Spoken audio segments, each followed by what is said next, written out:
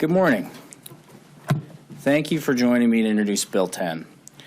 If passed, this legislation will fulfill key Budget 2024 priorities.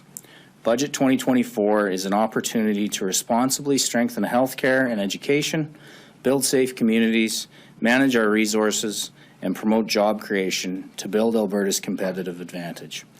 Our population is growing. Budget 2024 serves as our roadmap to build a stronger Alberta today while we plan for tomorrow. It is our commitment to making Alberta an even better place to live, work, and raise a family well into the future. Making responsible fiscal investments will benefit our economy and competitiveness. Bill 10 supports 4 priorities from Budget 2024. First, fiscal planning and reporting. Albertans deserve to know how fiscal decisions will affect their lives. Maintaining that clarity is important. When it comes to government finances, no 2 years are the same. The decisions made in 1 year might not be applicable for the current year you're in. This is why we're proposing 3 changes to the Sustainable Fiscal Planning and Reporting Act. First, we would amend our fiscal reporting requirements for our mid-year fiscal update, which must be released by the end of November. Instead of providing a full 3-year forecast similar to budget, we would report the forecast for the current fiscal year only. Changing this requirement would streamline department reporting. It would save time and money within my ministry, and it would mean that staff would be able to plan and focus on the budget earlier. Our commitment to Albertans remains the same. We will continue to provide timely and transparent fiscal reports on the government's fiscal and economic performance, and that includes our mid-year report and all other updates. We are also proposing to exclude the Alberta Fund from spending restrictions in the Sustainable Fiscal Planning Act. Currently, all in-year spending increases need to be covered by a budgeted and voted contingency, with some exceptions. Under proposed amendments, we would exempt the Alberta Fund from the in-year spending rule. That would give the government more time and flexibility to decide when and how to deploy the cash in the Alberta Fund. To be clear, even with this exclusion from spending limitations, we would still be required to balance the budget each year. And we could only spend from the Alberta Fund during a surplus year. Spending from the Alberta Fund would not and could not push the province into a deficit. Ultimately, this change would give the government greater capacity to make responsible spending decisions that would benefit both current and future Albertans. Proposed amendments would also exclude the Alberta Carbon Capture Incentive Program from Sustainable Fiscal Planning Act expense limitations. This is currently the case for the Alberta Petrochemicals Incentive Program. This change would make it easier to provide capital grants to emerging innovators at unpredictable periods. It's extremely difficult to budget for these programs. That's because we don't know when new projects will be complete and become eligible to receive the 12% grant for capital costs. These changes would allow us to support emerging innovators in the carbon capture field with potentially large grants whenever their projects become eligible. That's important as we continue to diversify Alberta's economy and take further steps to reduce emissions. Fiscal transparency is a key priority for Alberta's government, and last year, credit rating agencies like S&P Global Ratings and DBRS Morningstar upgraded Alberta's credit rating, recognizing the progress we've made with our finances. Next, this legislation would fulfill a key government promise to attract skilled workers. While Alberta's strong economy and competitive business environment continue to attract people to Alberta, labor shortages have lingered, especially in the skilled trades. But I won't speak too much about it, as I will be passing it over to Minister Jones shortly to expand on the attraction bonus and highlight the film and television tax credit. And while we support newer industries like film and television, we continue to support Alberta's mainstay industries like agriculture. The food and agriculture processing industry continues to be an important economic driver in our province. That's why we're continually improving incentives like the Agri-Processing Investment Tax Credit Program. While this program is attracting large-scale investments, our proposed amendments would make it easier for registered partnerships to apply for the tax credit. With the amendments, applicants would be able to apply using a single application. Whether they invest at least $10 million to build a new agri-processing facility or expand an existing facility in Alberta. By making these changes, we're signaling to investors that Alberta is a friendly, competitive place to do business and create new jobs in food and ag processing. In addition to incentives such as this tax credit, we will continue to ignite economic growth and investment in the value-added agriculture sector. We are also updating our land title and registration fees. This update will help support the modernization of the Land Titles Office, making it more efficient, allowing new housing projects to start faster while ensuring prompt transfer and registration of property. The levy supports ongoing crucial projects for our growing population. Costs for land title services in Alberta have been below most other jurisdictions in Canada. With the proposed change, costs in Alberta are still expected to remain the lowest of the 6 largest provinces. Budget 2024 also takes further steps to deter smoking and tobacco use. Proposed amendments would raise cigarette and smokeless tobacco taxes.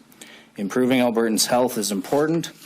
Taxation is proven to be an effective tool for motivating people to quit using tobacco and discouraging others from starting. Our government's hope is to see that revenue decrease as more people quit, especially among young people most affected by tobacco use. As we build Alberta's future prosperity, the amendments we are proposing today will help us get there. They will preserve Alberta's excellence when it comes to fiscal reporting and keep Alberta as the lowest tax jurisdiction in Canada. Albertans and Alberta businesses will still have a tax advantage thanks to our low tax environment. Thank you, and I'll now turn it over to Minister Jones.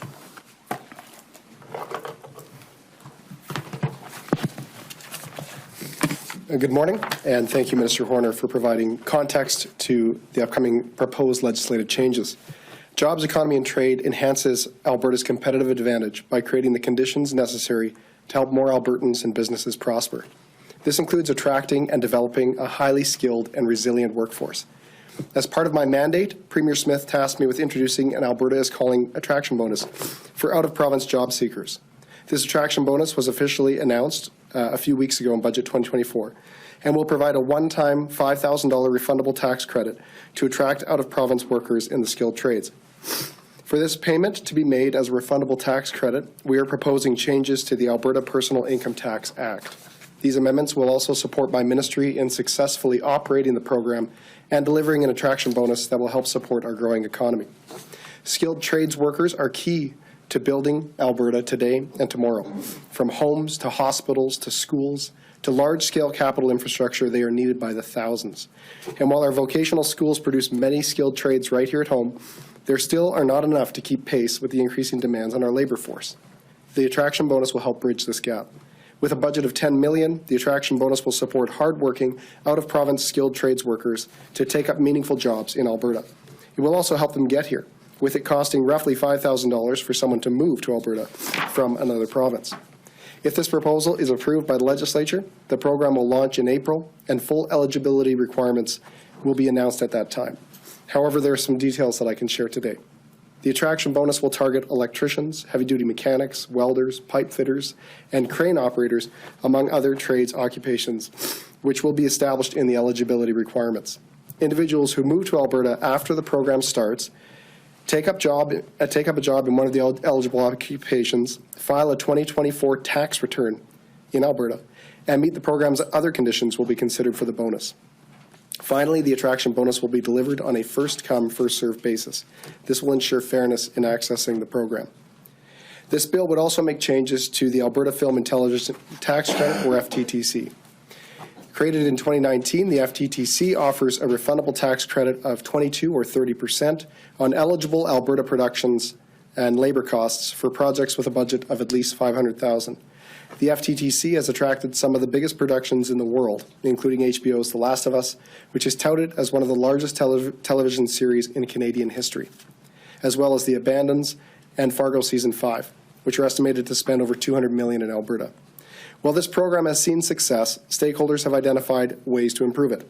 The amendments proposed today would accomplish 2 policy goals.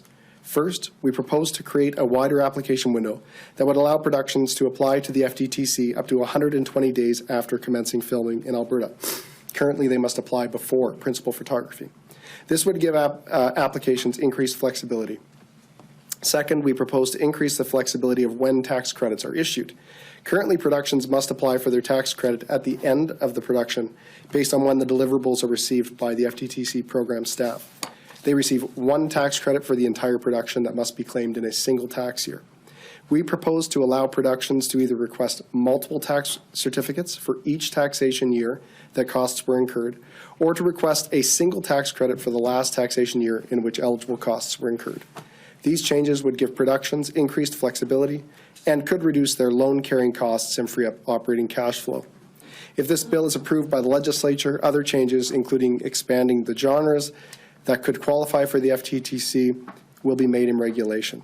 More information on those additional changes will be available in the future.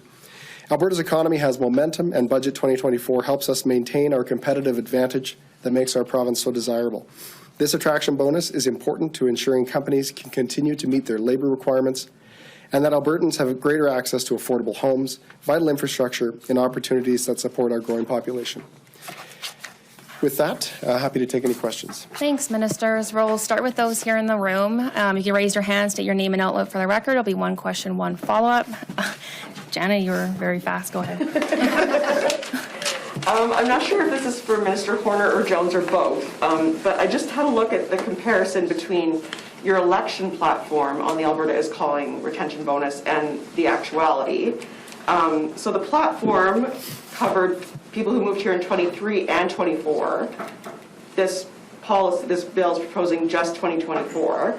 Originally, you budgeted $17 million to spend on the program. Now you're saying it's going to be $10 million. The proposal was to help around 14,000, give it to 14,000 people, newcomers per year. Now you're looking at 2,000. It used to apply to childcare workers, healthcare practitioners, apprentices or journey people. Now you're saying it's just for skilled trades people.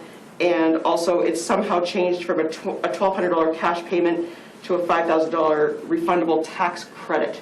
Can you explain how we got from what was proposed to what we're actually seeing? Yeah, so what was proposed was a party platform, and what is being put forward is informed by consultation with stakeholders and benefits from the extensive labour market information that we have within the government of Alberta. So I would say that one was a party platform. There's much more rigor behind this program. We know that skilled trades is the #1 area that we need to address the labour shortage in. It's literally holding up homes, hospitals, schools, and billions of dollars in job-creating petrochemical infrastructure. So that's why you're seeing us focus on the skilled trades. We also have other initiatives in place to attract healthcare workers. So we wanted to focus this particular initiative on skilled trades. In terms of the dollar value and recipients, that's really what's changed here. In doing the work behind this program, we determined that the average moving cost for a Canadian, say from Ontario, to relocate to Alberta was around $5,000. The initial amount proposed in the party platform was $1,200. To me, that was not material enough of a benefit to attract or to motivate a moving decision. So we, of course, moved that benefit up to what is material. This is $5,000 tax-free. It's a pretty significant benefit, and of course, with a higher amount, you can provide it to less recipients. But I would say, if this program is successful, we would look at expanding it to address other shortages, including in healthcare potentially and childcare. I guess I'm just surprised that healthcare would not be the first priority, given the kind of pressures we're seeing in that system. Why not use every possible lever at your disposal when we're seeing the kind of pressure we're seeing? Yeah, and we are, but Premier Smith is collaborating with the other premiers. We're all facing healthcare worker shortages, and we certainly wouldn't want to cause any hardship for other provinces that are also dealing with healthcare challenges. We're trying to collaborate and find solutions that improve labor mobility for everyone. And again, health has incentive programs to attract physicians and cover the costs of bridging and upgrading nurses, say, from the Philippines. So there are other programs in place that are facilitating the attraction of healthcare workers. This particular program is intended to address what is the next largest category, which is skilled trades. Yeah, just following up on that, when you talk about the extensive research and consultations you did to whittle down, I guess, to the skilled workers, can you talk a little bit more about how you arrived at the decision to focus solely on skilled trade workers, and if you can provide any more information in terms of what jobs specifically you're looking for? Yeah, and I'd mentioned some of those, but we're facing shortages in skilled trades pretty much across the board. It's more acute in things like electricians and pipe fitters, heavy-duty mechanics, welders, and crane operators. Those would be the top 5. We're going to make it fairly broad because, again, we are facing shortages pretty much across the board. And we, again, we have extensive labor market information that we use to inform who would be eligible for this program, and we'll be releasing those details later, so you can see that. But it's going to be very broad. It's going to apply to almost all skilled trades. And then we also have some shortages in trucking that I would like to address. But the core intent here is to address the challenges that Alberta is facing. Albertans need homes, they need schools, they need hospitals, and they need jobs. And we've got tens of billions of dollars in capital investment that we have successfully won, and we must deliver. We must be able to build those, or we will have difficulty attracting investments in the future. So we used our extensive labor market information to choose which skilled trades would be included. We consulted with stakeholders to determine the amount that would be material enough to attract a worker. And we also consulted on where we would be advertising this program. Yeah, I'm sorry, just to follow up and completely unrelated to everything announced today, apologies. On the City of Edmonton strike, how closely is the province watching what's happening there? And when might you be prepared, if, to introduce back to work action? Yeah, it's certainly my hope that both the city and the union come to a collaborative, mutually beneficial agreement. We are watching it very closely. There are some of the 6,000 workers involved in the collective bargaining process. There are some emergency communications officers that would be involved in the dispatch of emergency services, so that's of concern to me. But again, this is all part of the collective bargaining process. The labor, the code has tools and mechanisms in place, including mediation, which both sides have utilized, and an employer offer was submitted, which was rejected by the members. So the province has tools available to it, a disputes inquiry board, public emergency tribunal, or back to work legislation, but only if the situation escalated to the point that Edmontonians or Albertans were at risk of harm or something catastrophic would I step in. This is very much part of the collective bargaining process. It tends to work. In fact, I believe last year there were no work stoppages. 100% were resolved in mediation. So this one is going a little further, but we respect the collective bargaining process. I hope that they find a mutually beneficial agreement. And the province will, of course, monitor the situation and step in if necessary. But I want to be clear, I respect the process. Jonathan? Yeah, Jonathan Bradley, Western Standard. So the Alberta's calling signing bonuses are available to trades workers, but they're not going to be for other fields with shortages such as healthcare and childcare. Do you anticipate these fields being added to the signing bonuses in the near future? Why or why not?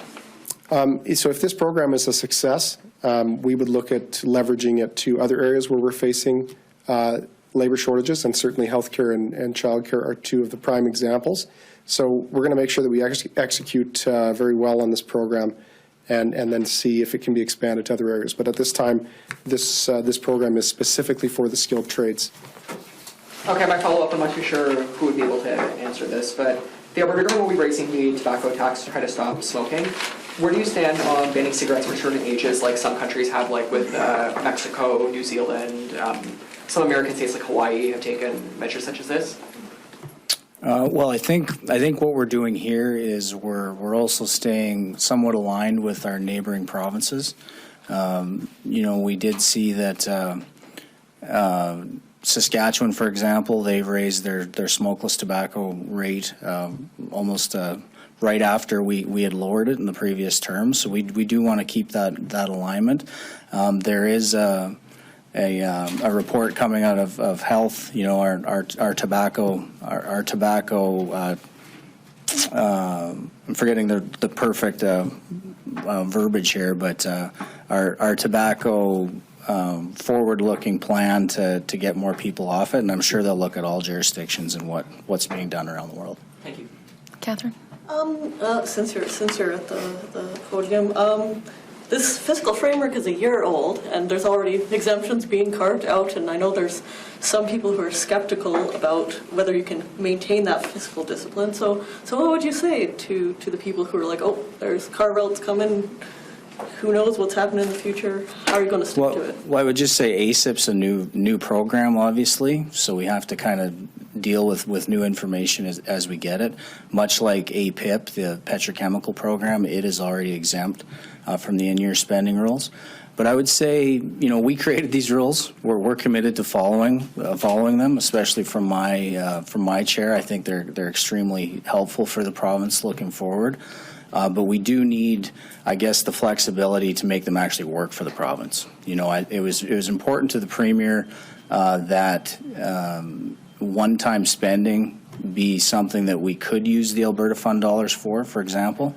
We just want to make sure that's possible.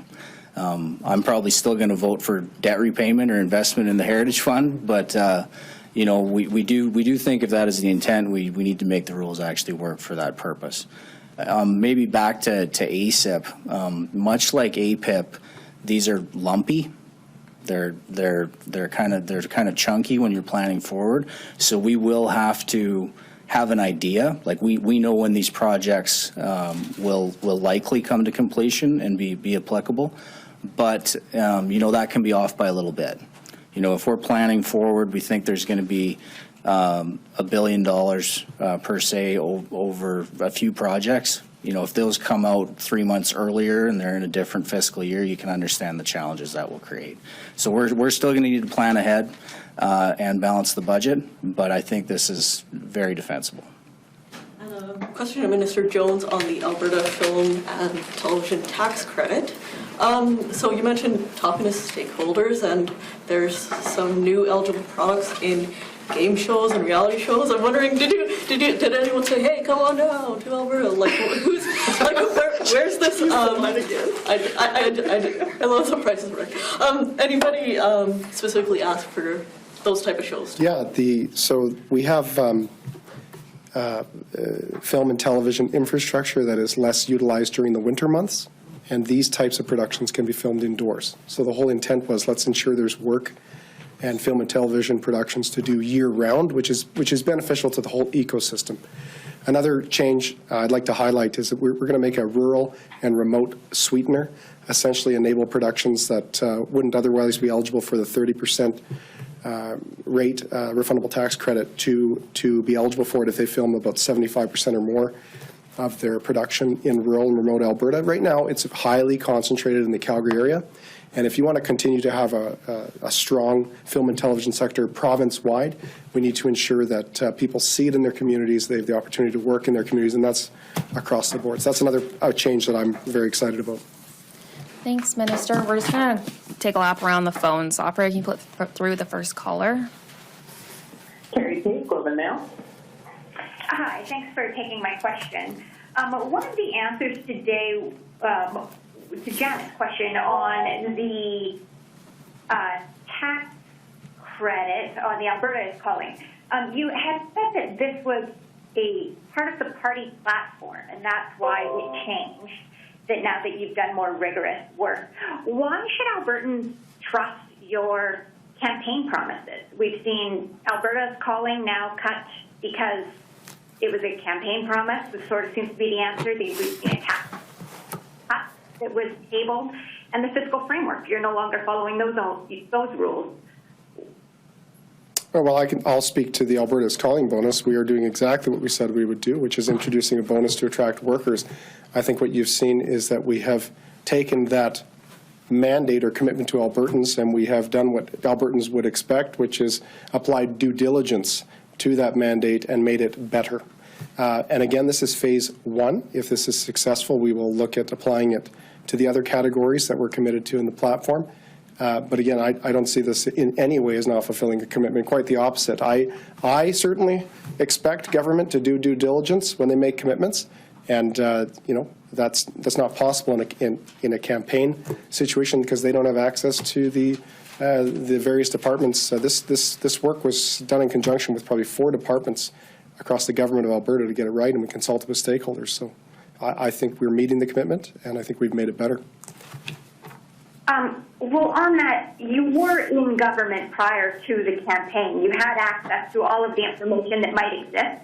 Why should the government then trust that you guys are even, coming up with ideas that are within the ballpark of what might be workable when you were in government and you still didn't meet what ended up being the final program, or perhaps the final program? So this was not a platform commitment in the previous government, and if you're suggesting that in the previous government we should have used government resources to inform a party platform commitment, I would suggest to you that would be inappropriate, and it's not something I would do. Okay, thanks. Operators or any other callers on the line? There are no other questions in the queue at this time. Okay, we'll come back to the room. I know there's a couple more left. Yeah, Matt, go ahead. Mr. Horner, just want to ask about real estate fees. I know they're going up. Some provinces use that as a tool against things like speculation, against things like house flipping. I know we're a long way down the road from that here, but is that something we might see down the road? Well, we certainly see that, especially in British Columbia. Here it's been a more practical rationale that's taken us down this path. I would say, in the previous years, we've seen just the caseload, frankly, through land titles has swamped the office. In our first term, we had to come back and put more investment dollars into the land titles office, mostly through FTEs and people. Like I said during budget, it's kind of an archaic process. It's a lot of paper and people at this time. What we think we're going to be able to do with working with the Service Alberta Ministry is really modernize the office with these funds. BC's far ahead of us in that place, and we know it's going to take multiple investments to get up to speed, and we think that'll pay Alberta back through timelines specifically in the future. But yeah, your point's well taken. We're certainly aware that it's used as a tool in those ways, but right now with the amount of people that are coming here, the housing starts numbers are at historic highs, and we're mostly concerned with volume and making sure that it's timely. And I think also we do want to bring broad advantages for Albertans, like the personal income tax cut that is still a commitment and we will fulfill in this term. But we also need to ensure that we get appropriate revenue in the places that require reinvestment. And just on the fiscal reporting, we're only getting 1 year now instead of 3. Just talk to us again. What's the rationale for that? Why can't we get that? Well, certainly, and like I said, we brought in the fiscal rules, but now that we have a year under our belt and we've seen how the process actually works, behind the scenes, it's kind of a diminishing returns, I'd say, in somewhat. Like our fiscal transparency, A+ from CD Howe, highest in the country. We want to ensure that stays, but we're basically building 2 budgets in 3 months. I simply don't have the team within Treasury Board and Finance to put that kind of effort and time into the mid-year. And what we really saw was it made it harder and constrained the process for the actual budget in 2024. So by doing this, we'll be able to get to work on budget 2025 earlier and have more time with the ministries to make sure we're making the appropriate decisions. Okay, thank you. We have time for 2 more questions. I'm going to go at the back. Yeah. Yeah, my question is for Minister Jones, actually. I just want to go back to Janet's question a little bit. The Alberta is calling signing bonus was supposed to include healthcare workers and childcare workers.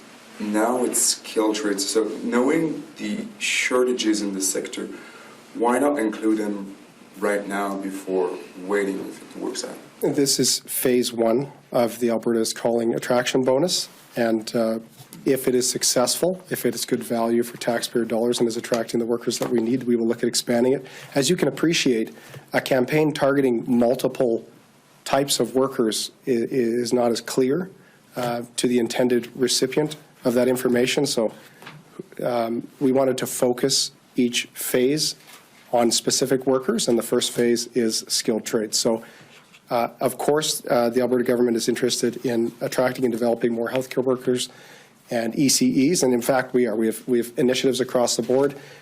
For example, we provide professional development of up to $4,000 per year per ECE to increase their education. We are actively engaged with other jurisdictions, including the Philippines and India, to see if we can improve our pipeline of workers in the areas that we need. And health, as I mentioned before, has programs to attract healthcare workers. So I want to be clear that the Alberta government is building and attracting healthcare workers and ECEs. This particular phase of the Alberta's Calling campaign and attraction bonus is targeting skilled trades, and we will look to expand that if it is successful. And I think it's far more likely to be successful if it is targeted on one category of worker. We looked at, it was just very convoluted when it's difficult to advertise meaningfully to people who work in radically different fields, like skilled trades and healthcare workers. They have different priorities, different work environments. It's just not easy from a marketing perspective, and we want it to be successful. Do you have a follow-up? And yeah, similarly, again, it was supposed to be for 14,000 workers. Now it's 2,000 workers. And so knowing that skilled trades is a field facing a shortage, you just said it, why going from 14,000 to 2,000? Because we made the incentive much higher. We went from a $1,200 incentive to a $5,000 tax-free incentive. So when you increase the benefit, you reduce the recipients, and also I think it's unlikely that the program could intake that many people, to be blunt. It was one of the, when you do the due diligence before rolling out a program, you have to ensure that it executes and meets the expectations that you put forward. And so this is just how the program was calibrated when we did the work behind it. I can't speak to the work that was done in the campaign commitment, but I can tell you that it should be obvious to anyone that $1,200 taxable benefit is not very material to someone living in another province, whereas $5,000 tax-free is much more material and is more likely to motivate a moving decision. So that's just one very quick example of how we take an idea and we put significant work and consultation behind it, and it becomes more effective. Okay, Michelle, go ahead. Okay, Last I have question. One question for Minister Jones and one question for Minister Werner. To Minister Jones, you talked about advertising. Do you have specific areas in Canada that you want to advertise this, or I wonder if you could fill me in a little bit on this? Yeah, Ontario, Quebec, a little bit in BC, and then some in Eastern Canada. So all the usual places. Alberta has a unique value proposition to high-cost city centers. So my pitch to skilled trades, say in Ontario, would be, in Alberta you can earn more, save more, and live more. You get more space, and skilled trades workers work exceptionally hard, and they should, the skilled trades should work for them. And not outside of Canada, though, right? This is all within Canada? This campaign and this phase is within Canada. But again, we are looking, I just met with representatives from India, for example, and we are in discussions with Philippines. We're looking at other areas of the world where we could have partnerships with their post-secondaries where essentially they produce graduates that are very close or at Alberta standards, so that minimal bridging is required to get them to work more quickly in our sector. And then you had a question for Minister Horner. Just doing the mop up here. So you were just asked about fiscal reporting, and Alberta, I think, is unique in doing quarterly fiscal reporting because of the bill. It was like Ralph Klein passed it, right? Yeah. And ever any thought about getting rid of that and just having, just the budget at year end?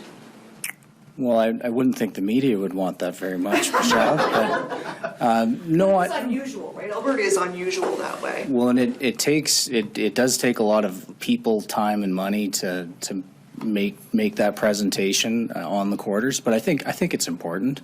The A+, I think, speaks for itself, but we do need it to be manageable too. I've seen what it did to my team and department to provide that, and I think we can be just as transparent and more detailed, going forward under the structure we're proposing, and just frankly have more time and effort to the budget process for the year upcoming. Yep. Thanks, Minister. I'm just going to make sure there's no one else on the line. Operator? There are no questions on the line at this time. Okay, thanks everyone. That concludes our press conference. Thank you. Thank you all.